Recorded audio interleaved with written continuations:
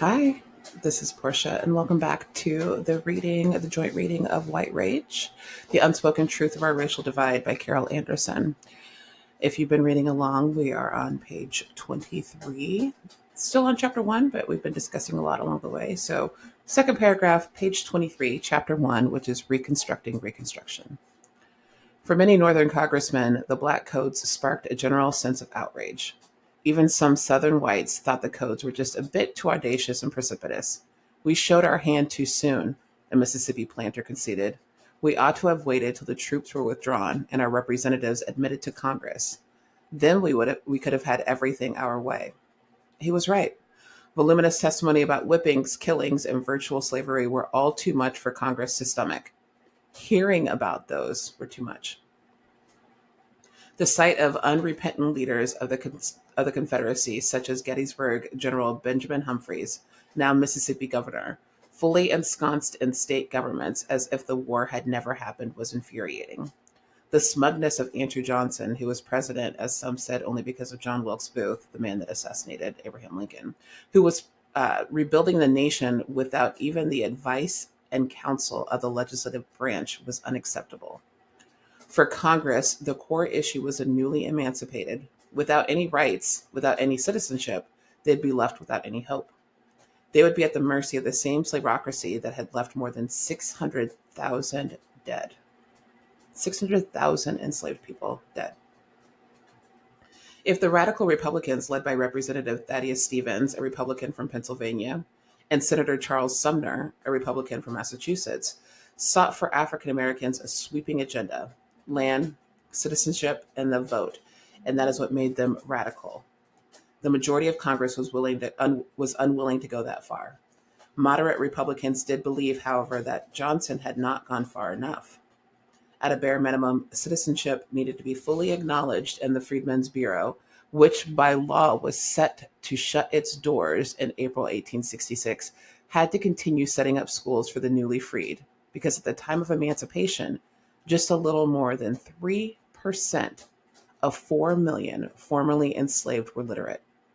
Congress, therefore, passed both the Freedmen's Bureau Bill and the Civil Rights Act of 1866, which defined as citizens all persons born in the United States except for Native Americans. The moderates believed they had stripped out the most objectionable clauses from the legislation, the right to vote and widespread land distribution, so that President Johnson could now easily sign both bills into law. They were wrong. So venomous was Johnson's veto of the Freedmen's Bureau Bill that it left even his supporters in Congress stunned. He railed against the unconstitutionality of the legislation, given that 11 rebel states, despite their newly formed governments, were not represented in Congress. He denounced the creation of a judicial system under the Freedmen's Bureau when there were perfectly good courts already in existence in the South. He raged against the beginnings of a bloated federal bureaucracy designed to tend to the needs of one class of people while ignoring our own race. He demanded to know why the government would build schools for blacks when it did not even do that for whites. The schools that were in place for white people had been built by black people that had been enslaved. So the government wasn't necessary for that part. Johnson further lectured that the modest land provision still in existence from Sherman's Special Field Order Number 15 was just plain wrong and set a horrible precedent. The government never deemed itself authorized to expend the public money for the rent or purchase of homes for the thousands, not to say millions, of the white race, who are honestly toiling from day to day for their subsistence. So why would they do it for the freedmen? This bill, he was convinced, was designed to set up black dependency on the federal government, and he was having none of it. Negroes, he insisted, should have the wherewithal to fend for themselves. The enslaved black people, upon being freed, were kept from owning land, were kept from being with their family. If they were to work, they would have to sign a contract and had to remain at that job. And if the job that they had was not deemed suitable, then they would be punished. But Andrew Johnson was concerned that black people would be too dependent on the government that was already not taking care of them. The president, despite evidence to the contrary, concurred with his advisors that the current condition of a freedman was not so bad. His condition is not so exposed as may at first be imagined. These are his words. He is in a portion of the country where his labor cannot well be spared. Competition for his services from planters, from those who are constructing or repairing railroads, or from capitalists in his vicinage, or from other states will enable him to command almost his own terms.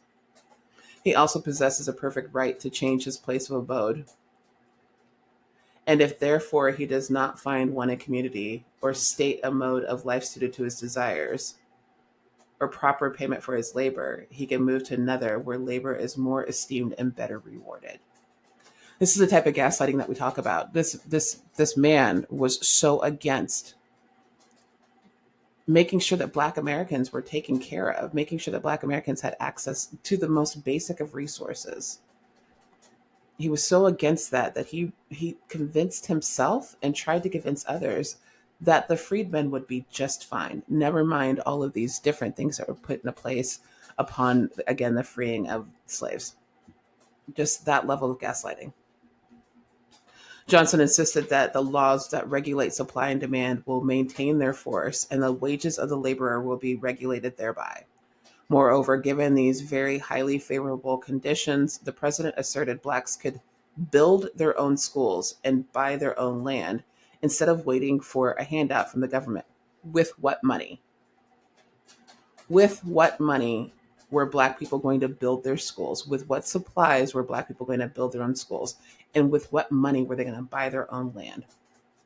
It is earnestly hoped that instead of wasting away, they will, by their own efforts, establish for themselves a condition of respectability and prosperity.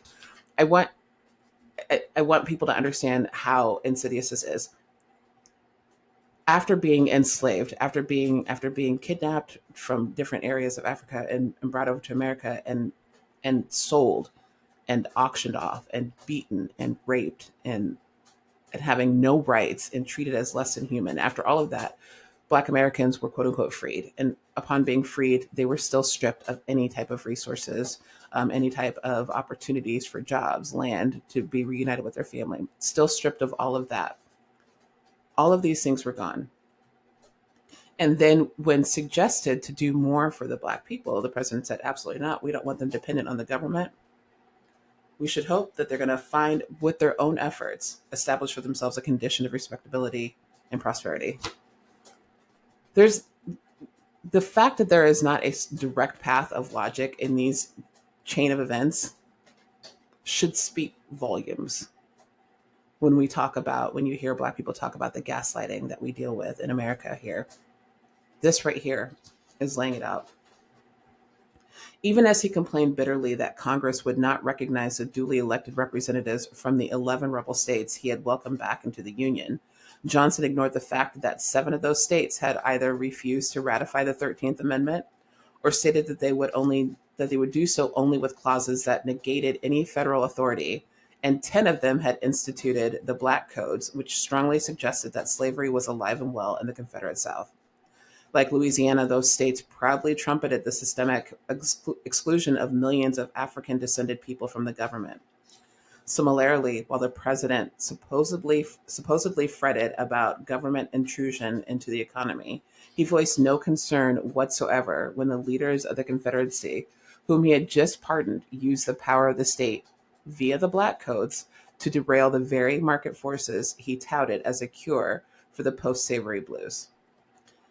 Government intervention ensured that African Americans could not take their labor to the best employer, could not move to another abode for fear of being arrested on vagrancy charges and auctioned off, could not use their skills for anything but cleaning the plantation owners' houses, picking cotton, chopping sugarcane, or planting tobacco and rice.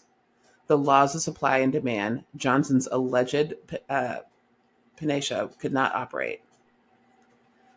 His determination to ensure that this was a white man's government had undercut not only democracy, but the basic tenets of capitalism as well. So we talk about how white supremacy affects everybody. It affects everybody. So in Andrew Johnson's desire and need to uphold the anti-Blackness, it was now derailing the very things that he was trying to to put into place. That same hypocrisy was evident in Johnson's vision of land ownership. While claiming that the government had never provided access to land for hard toiling whites, Johnson simply erased the 19 years that he had worked for the passage of the Homestead Act to ensure that his constituency was given 160 acres wrested or browbeaten from Native Americans. Meanwhile, he cringed that the formerly enslaved would lease 40 acres abandoned by those whom he had once called traitors. Perhaps this disparity in treatment reflected Johnson's wish to reward those who embodied the good old American work ethic. The truth was much more complicated. Mississippi's Article of Secession, for example, while extolling the enormous wealth generated from planting and picking cotton, contended that the environmental conditions were too harsh in the Magnolia State for whites to actually do that work. Mississippi's Article of Secession, for example, while extolling the enormous wealth generated from planting and picking cotton, that was done by Black people, contended that the environmental conditions were too harsh in the Magnolia State for whites to actually do that work. When, as a teenager, future president of the Confederacy, Jefferson Davis, had refused to go to school, his father sent him into the cotton fields. But he did not last long. After the boy spent 2 days stooping under the Mississippi sun, the classroom became more appealing. Shortly after the war, a Philadelphia newspaper reported that all Northern men visiting the South had one universal complaint. White men are as averse to labor as ever. Rich or poor, they all ignore work. Similarly, Carl Schurz reported that in his conversation with the plantation owner, who was beside himself that emancipation had left him without any slaves to do the heavy lifting, the man dismissed the idea of working the land for himself. The idea that he would work with his hands as a farmer seemed to strike him as ludicrously absurd. He told me with a smile that he had never done a day's work of that kind in his life. It makes me think of what DeSantis did in Florida with not allowing undocumented people to work or continue to work. And now we're having farmers out in their field not knowing what to do because they hadn't gotten their hands dirty. Again, history is not repeating itself. It is just a continuation of its beginning. U.S. Supreme Court Justice Samuel Miller was equally astounded by the pretense that the Negro won't work without being compelled to do so, especially when the charge was being made in a country and by the white people where the Negro has done all the work for 4 generations and where the white man makes a boast of the fact that he will not labor. Nonetheless, Johnson had absolutely no qualms about using the power of government to ensure that plantation owners and poor whites gained or regained title to millions of acres of land, whereas those who had actually labored hard in the vast fields were treated as criminals and vagrants who needed the threat of the whip in order to work. There are a lot of times where conservatives will talk about a participation trophy, that type of mentality, getting something for nothing. Meanwhile, they got all this land back that they didn't do anything for.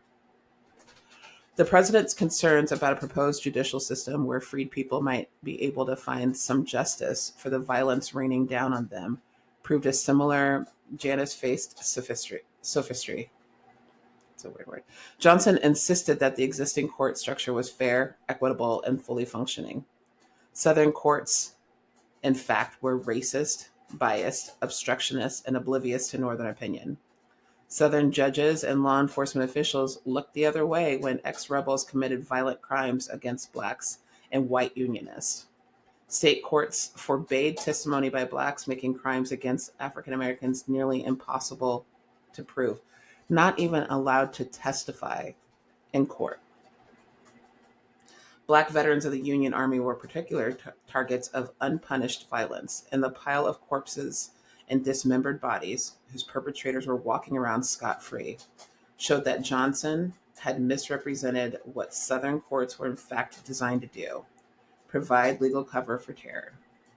A second function came into sharper focus with the ramping up of an expanded and aggressive penal system reconfigured to capitalize on the economic potential of the recently emancipated and newly imprisoned. In effect, Southern courts transferred full control of Black people from the plantation owner to a carceral state. The instrument of re-enslavement was a brutal deployment of sheriffs, judges, and hard labor punishment for Black-only offenses, such as carrying a firearm, making an insulting gesture, or stealing a pig. African Americans were then swept into the prison system to have their labor fill the coffers of the state and line the pockets of the plantation, mine, and lumber mill owners. When we talk about slavery still being a thing and we talk about the carceral system being slavery, this is what we mean. When they were no longer allowed to actually own people and have labor done that way, because again, they own people. When that was no longer allowed to be done, laws were put into place specifically for the idea of arresting and then imprisoning Black people to have them go back to effectively being slaves. To have that much dislike for a group of people that upon them getting a sense, a semblance of freedom back, just the smallest amount of it back, that was so out of pocket in their minds, so just a concept that they could not grasp, that they then decided to create crimes, Black only crimes, in order to arrest Black people, imprison them, and continue to make money off of them. And that still happens today. In fact, the authors of the Black Codes crafted the South's criminal justice system to enforce those brutal new laws, to extract labor under the harshest conditions and provide wholly inadequate sustenance to the convicted.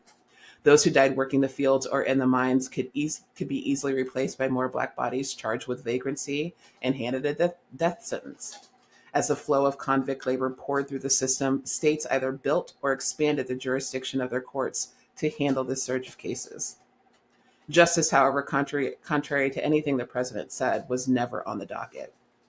Education as well received the Johnson treatment, with the president voicing utter disbelief at the suggestion of the government building schools for Blacks.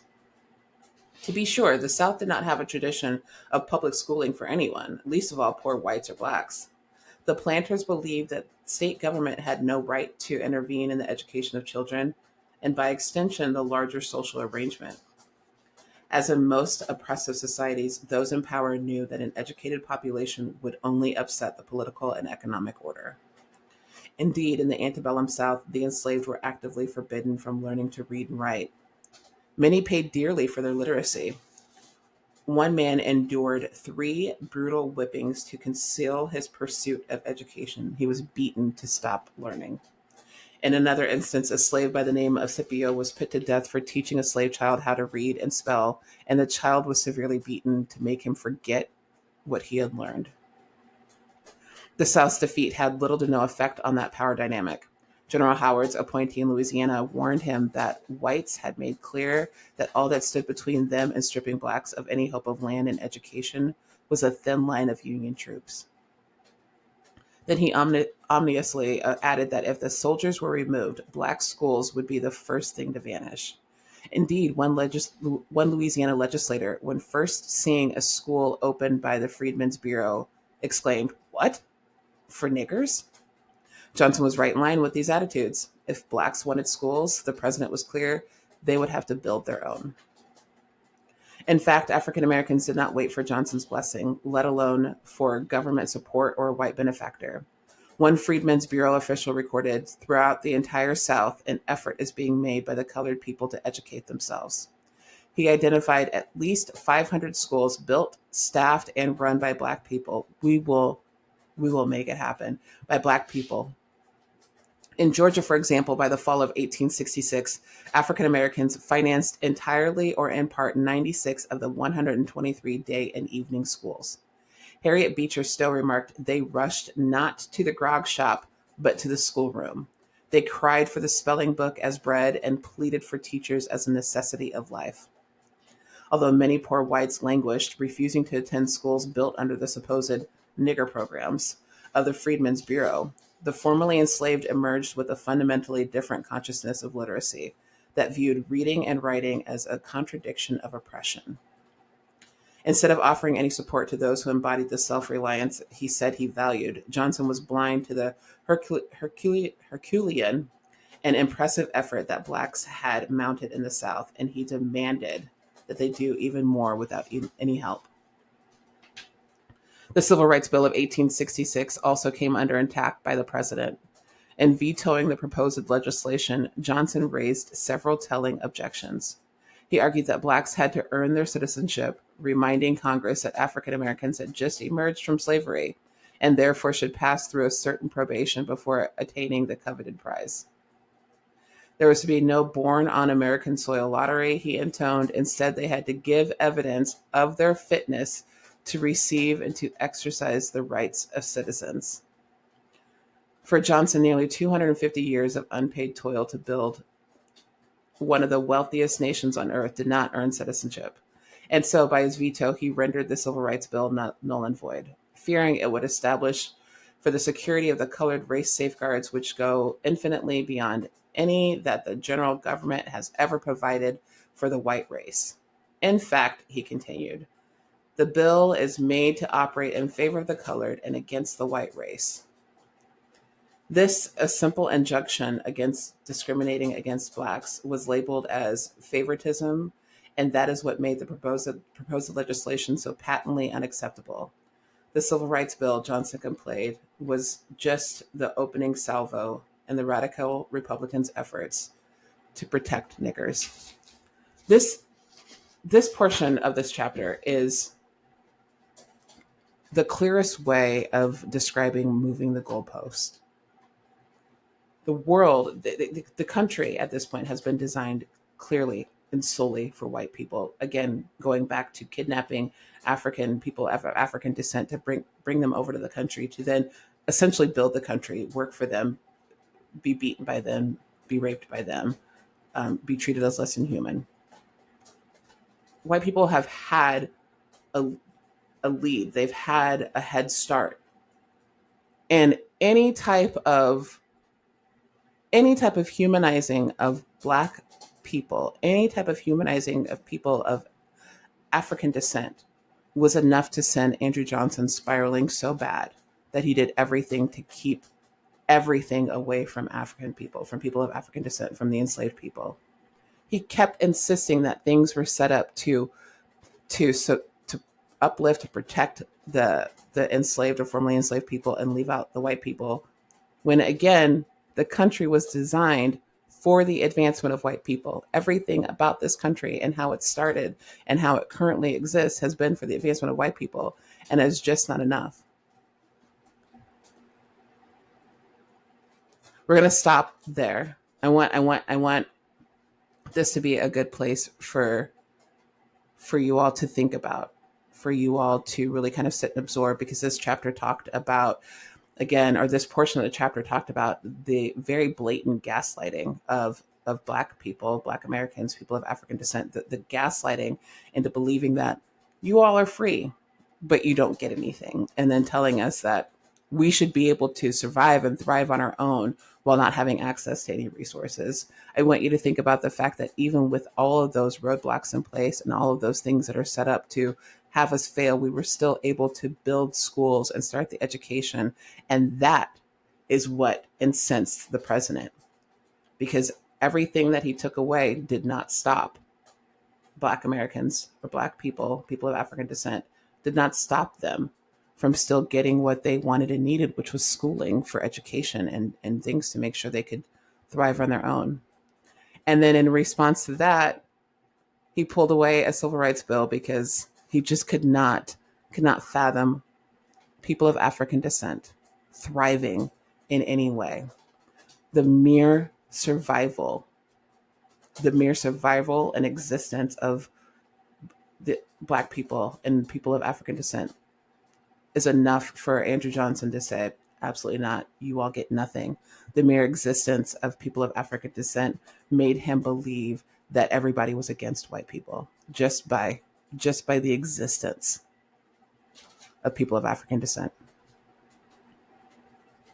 Those are the things I want you to think about. I want you to think about that. Think about what we see in our world today, where people are insisting that Black people are making it up, that we're saying too much, that we're lying about what's happening, that we're just fine. History, once again, is not repeating itself. It is a continuation of its beginning.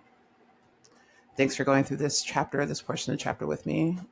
I will be back next week and we will continue.